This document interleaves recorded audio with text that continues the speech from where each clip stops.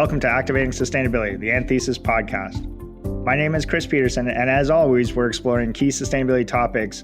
Today's is around climate risk and TCFD, where we'll be unpacking the issues, dissecting the solutions, and hopefully inspiring others to share our vision.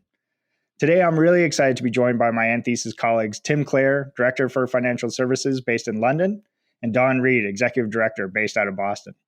Gentlemen, welcome to the podcast. Excellent to be here. So maybe before we dig in, how are things? They're good. Doing very well, thanks, Chris. It's a very busy time, and that's a good thing. It's nice. Yeah, it feels like for so long we've been kind of fighting to get to this point that we've got the interests of the financial sector. We're operating in the C-suite. People see the value of sustainability, and it's exciting to actually see it come to fruition now. I think it's a really exciting time at the moment. And looking at it with a UK context, we've just had a general election where each of the main political parties have tried to outdo each other on climate change. A little bit boringly around who can plant the most trees, which is a little bit old school, but the fact that it was a central issue was amazing. And then you look elsewhere and you watch the TV at night and the adverts have climate change as an issue. Brands are trying to outdo each other on the climate performance of their product, and airlines are racing in with the fact that they've offset all the emissions from their flights. And it's just it feels really, I always hate using the phrase exciting, but it feels quite exciting at the moment in terms of what's going on. Yeah, it's fascinating. And I think, Tim, that's a great kind of segue for our topic today, which is around climate risk and TCFD, right? And thinking about how things have changed. And so I know the two of you kind of live in this world of the financial system, investors, disclosures, et cetera. But maybe for myself and listeners that aren't as familiar with it, can you give us kind of an update of what's going on within the space? A lot of our clients are very focused on the recent announcements by BlackRock, as well as State Street Global Advisors, encouraging them to adopt SASB and the Task Force for Climate-Related Financial Disclosure. And that really has gotten a number of companies, many companies, thinking about, do we like where we are on what we know about our risks associated with climate change, and are we ready to disclose more about that? Yeah, and I think the interesting side about this is we end up talking about the TCFD, and it's voluntary. I mean, that's the first thing to say. Unless it's as voluntary as your investors allow it to be. And if you're a UN PRI signatory, it's actually not voluntary. It's going to be something that you have to do. But depending on the jurisdiction, and particularly in Europe, there's actually also pieces of legislation that are coming along now which align with the TCFD or asking firms to do elements of what the TCFD is going to ask you to do. So in the UK, you've got the Streamlined Energy and Carbon Reporting framework kicking in this year. And it's a legal requirement on large firms to record in their financial statements how much energy they use, and then also publish information on their carbon footprints. And that's something that large quoted, so listed equities businesses have had to do for a while. But this is suddenly a push on all sorts of other large businesses. So you've got this exciting time of legislation coming alongside the TCFD and driving companies to start thinking about these things at the same time that quite a few of them are starting to think, well, maybe we should do this anyway. So you've got a bit of a regulatory and a quasi-regulatory push, and then also companies on their own, by their own volition, starting to think, no, I think we need to understand these things because these could be a risk. Yeah, and Don, is that what you're seeing as well? Because I feel like we've had this conversation before, but this does feel different. And I'm curious to hear from the two of you, because certainly the regulatory side, as you're saying, Tim, Don, be interesting to hear from the US perspective if that's the case as well. Mm-hmm. But also just that kind of, it feels like the investor community is really waking up to the real value that's at risk here. Right. Yeah, I think there's really an underlying issue and then a presenting issue about what's different today. So the underlying issue is investors have long said that ESG disclosures don't really meet their needs in that they don't speak to how their company's ESG strategy is creating value and how it fits with their core strategy. And investors now have lots of examples where they can look at particular concerns about the financial impact of climate change, a specific ESG issue, and they see real physical changes in the world. They see policies trending towards more action to manage those emissions and disclose more about them, and not just UK, but really in jurisdictions around the world. And they see a select set of companies having really acute and particular risks, and they point to examples like the PG&E bankruptcy from liabilities from wildfires caused by their transmission system. That's really underlying the climatic conditions in California. But there's lots of other examples that the investment community sees about single companies, and so they're seeing a pattern, like maybe we should better understand the financial side of climate change risk and make disclosures that are relevant to that understanding of what those risks are. And so that's kind of like the underlying background. And the standard for doing that, TCFD, has been, is not brand new or something, but there's greater interest in seeing actual reporting on it and really pushing for the quality of reporting by the investors. And the most immediate presenting issue is BlackRock's CEO. BlackRock, largest asset manager in the world, $7.5 trillion under management, and a universal owner. Really, they own really every publicly traded company in the world. And annually, Larry Fink, the CEO, sends a letter to his fellow CEOs and operating companies and others. And this year, he's very focused on ESG, climate change risk. And it really has, I think, drawn a lot of attention because it's provocative, makes powerful arguments, and it's had real impact amongst other asset managers in terms of how he's described that, but certainly amongst issuers or operating companies that issue securities, going like, oh, okay, are we really ready if this is the representative of the broader trend over time? Yeah, I'm glad you brought that up. And because it strikes me that we've heard this from Larry Fink for 5 years now, right? That there's been a sense of, like you said, some provocative statements, some statement of somebody should be doing something about this kind of perception. Right. But it certainly seems like we're seeing that escalation, whether it's them geolocating generating stations for electric utilities to understand how that maps against climate risk, or his statements about starting to investigate divestitures of oil and gas or high carbon industries, right? That, are you feeling that this is different, that when we think about, say, like on our strategy work of that maturity model, that they are transitioning into a different phase of maturity, or does this feel like kind of the same again?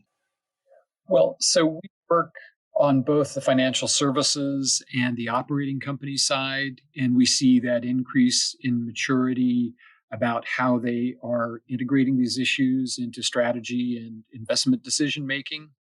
And so there's a certain progression in maturity on both sides, and that's represented here. But I think it's also the urgency of the climate crisis that really is driving that. It's harder and harder to say this isn't a relevant investment decision criteria, but people are still struggling with how best to do that. But let's be clear, Larry Fink is also, what he said is pretty heavy. He said, the evidence of climate risk is compelling investors to reassess core assumptions about modern finance. That's really quite provocative. It's not like, oh, this is an incremental change we should make. It's saying that this topic is integral to how we can, evaluate securities, construct portfolios, and manage risk. Mm-hmm. Yeah, I think you've got Larry Fink, and then you've got Mark Carney, the soon-to-be outgoing governor of the Bank of England, being equally blunt.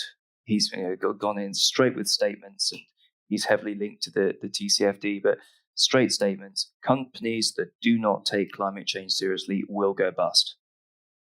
And when one of the world's most important central bankers makes a statement like that, it's not a mucking around statement, and it sets people listening. And I just do think that people are there's just a general assumption now around the world, around boardrooms, that the world is going to change, and they are seeing evidence of it in real terms and in terms of how it impacts their business. And therefore, and as Don said, it might be a physical change. We've been seeing the wildfires in Australia most recently, and what that's done for quite a few businesses and supply chains has been quite interesting. But then there's the policy response. And in the last, I think, week or so in the UK decided to bring forward the date at which you would no longer be able to buy a petrol, diesel, or hybrid. And it used to be that you'd be able to buy a plug-in hybrid moving forward, but they've been included. You will no longer be able to buy a petrol, diesel, or hybrid car in the UK by 2035. So suddenly you've got 15 years, and 15 years is still a hell of a long time, including in the context of the climate crisis. It could be too long, but you've got 15 years in which, if you're a car manufacturer, your models have got to completely change. And if you are in petrol retail, has an impact. And if you are in a whole world of other business areas, you're going to have to think how this affects you. The following legislation in the UK, we already have planning requirements around if you have a certain number of parking spaces for a new facility, having to make sure there's a certain number of charging slots. But the natural follow-on is going to be that suddenly people are going to have to get these charging facilities into car parks, whether you're a hotel owner or you're an office or whatever, and that's going to have a legislative push. Now, that's going to be a cost on some people, but also a fantastic opportunity for some people. And I think this is where it gets interesting. Businesses are seeing this and seeing this in a whole variety of other ways and realizing the world for them is going to change. Consumer attitudes are going to change. And so the risk is real. The old days of going, oh, do you know what? Climate change doesn't really matter. I can't see how it impacts us. That's changing. And you can no longer really sit there and quite pull out that excuse. Yeah, and it's fascinating to see that contrast. And to your point, Tim, I know CDP in their summary from last year was saying that like 215 biggest companies assessed about $1 trillion at risk from climate change over the next 5 years, right? And so it's like you said, it's that tangible piece that's coming in.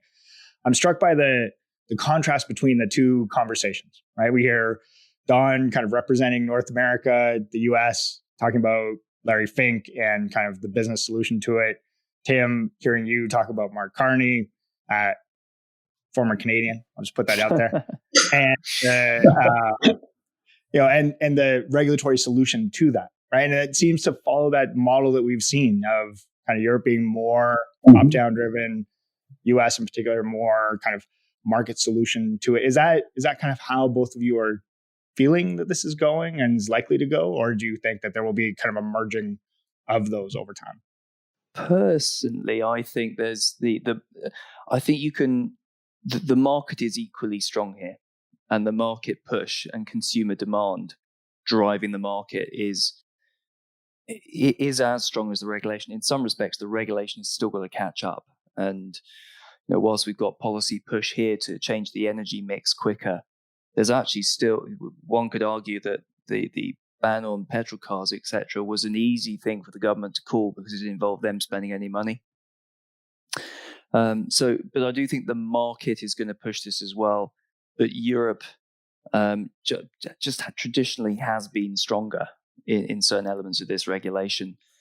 And the UK being outside of the EU will probably make no difference to that in some respects, albeit that's still to be seen. So the market is equally there. Right. And if you think about what are all the different sources of climate risk, policy and legal are perhaps the easiest to observe, from at the landscape level, and they're really important, but there are big differences regionally for a lot of our big corporate clients. That leads them to think about, well, how can we have one standard globally, not just what do we do differently in Europe than we do in the rest of the world. But there are other big sources of climate change risk: technology and disruption around low carbon technologies, really in all manner, not just energy production, which is what people think of first, but there's lots and lots of examples of other types of technology change that are part of decarbonization. Markets, increasing consumer behaviors around this, around preferences for better products with better carbon outcomes. There's their own business reputation and branding, and we increasingly see, not just in Europe, but really around the world, big consumer brands looking to really build effective action on climate change as a part of their brand promise. And then on the physical side, you have both the chronic long-term changes in the climate that are maybe harder to grasp moment to moment, but you really see them in long-term drought, in Australia, in California, et cetera. And then you also have the acute events of like severe weather. And all that is part of the landscape of the risks. And so, yes, there are different environments around policy change on this around the world, but that's only one of a number of factors that play into the risk profile. No, that's great. I really appreciate the perspective and the different perspectives from across the pond. And maybe to challenge ourselves a little bit and make sure we're not just operating in the echo chamber of sustainability and hearing the things we want. PwC did their CEO survey ahead of Davos this year and found that over half the CEOs expected GDP and their growth to decline, right? Or weren't expecting significant growth this year. And climate change dropped out of the top 10 topics that they're highly concerned about. So, given that context, kind of where are we now? And does that change things? Does that take this off of the immediate dashboards and agendas? And does it go into a holding pattern in the short term? Right. Or what are you seeing or thinking? Well, it's really important not to be Pollyannish about this or alarmist, but I think the underlying reality for companies is that the change is afoot, and that there are definitely different time horizons. And that's really one of the that's probably the most fundamental challenges that companies have and that we're really, talking about here. The annual survey of CEOs, what's your most important issue? What's the time horizon of CEOs? They necessarily link to the capital markets and have to think about their returns, if not quarterly, at least annually, and what's most likely to affect that. And climate change risks, all of those risks we just catalog, don't move maybe at don't have the same time horizon. And that's not to say that physical risks are off in the future. The physical risks are in the present, absolutely. But a lot of those big impacts, changes in policy, technology, markets, really all of them really do tend to change over longer periods of time than CEOs are typically focused on. And that actually is also one of the challenges with doing good climate risk analysis, because the time horizons for many of the scenarios that are out there and many of the and many of those changes is really longer than many corporate planning horizons, but certainly within the lives of many of the assets that people are putting capital in. And so that's kind of a conundrum and a challenge from the analytical standpoint. Yeah, no, that's a great point. And I was curious with even thinking about Brexit as that more immediate thing that is taking a lot of CEO attention at the moment. Yeah, and Brexit will do. And then to be honest, it's an interesting point because we're now the start of February having this conversation, and we've got the rest of the year where it's all sort of plateauing until they've got to get the trade deal done before the end of the year, and there's discussions about where environmental regulation will sit within that. But to be honest, climate change is strong enough, and I think in Brexit terms, the other really interesting thing is the COP26 conference will be in the UK, will be in Scotland towards the end of the year, and it's Boris Johnson's chance to demonstrate on the world stage what a phenomenal guy he is. And so I think in some respects, climate change is the Brexit thing will be to an extent shadowed by that. And I think that's going to be a strong push in the UK to make sure that doesn't get in the way. But I suppose what I was going to say, in terms of, what's the reality for me, and that one of the interesting things, I do a lot of my work with private equity, and they've always been incredibly hard taskmasters, and there's always been interesting working for them in terms of they ask they genuinely want to know that the money they're going to spend with us, if we're advising them on ESG or climate change, is worth it. And they've been historically quite cynical a lot of the time. But it's what's really surprising me is how they, as a very commercial group, are actually sitting there and saying, no, we've got to get this done. And still, that's partly driven by the fact the pension funds who invested in them, they have put down requirements on them. But there is more and more of a feel that they can see change, and they're conscious of what's happening in the market. And they're also sniffing the opportunities in this. But I think what's really interesting around what Don was saying around the timeline that CEOs see things. What's really interesting about the TCFD is it, amongst the various things it asks you to do, it asks you to do two things. It asks you to, if you haven't already, and if you're a large listed institution, you may already have calculated your carbon footprint. But it asks you to calculate your scope 1, scope 2, and some of your scope 3 emissions. And that's exciting because lots of firms have held off doing it. And there's that old adage, until you measure it, you can't manage it. But the really interesting thing is, and what's really great from my perspective about the TCFD is it asks you to formally do a scenario analysis on what climate change is going to mean to your business under a couple of different climate futures. And so that suddenly removes this sense that if they're pushed into having to do some TCFD reporting, this removes the CEO sitting there going, do you know what, it's not as important as X and Y, and it forces them into actually having to think through this in a formulaic process.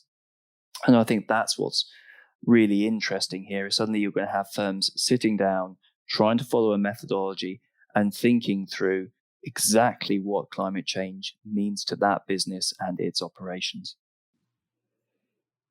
Yeah, fascinating. And like you say, having that insight changes the game, right? That it's not an opinion. You're starting to base that off of some clear data and insight. And maybe that's the transition into how would individuals look to take some first steps within this space or to improve what they're doing already? Well, in our mind, the starting place is really to understand what you're trying to achieve. And so many companies kind of hear TCFD and kind of think reporting led. Oh, this is like a compliance obligation, although it's voluntary, but I would treat it as such. I'm supposed to do a TCFD report, so let me do a TCFD report.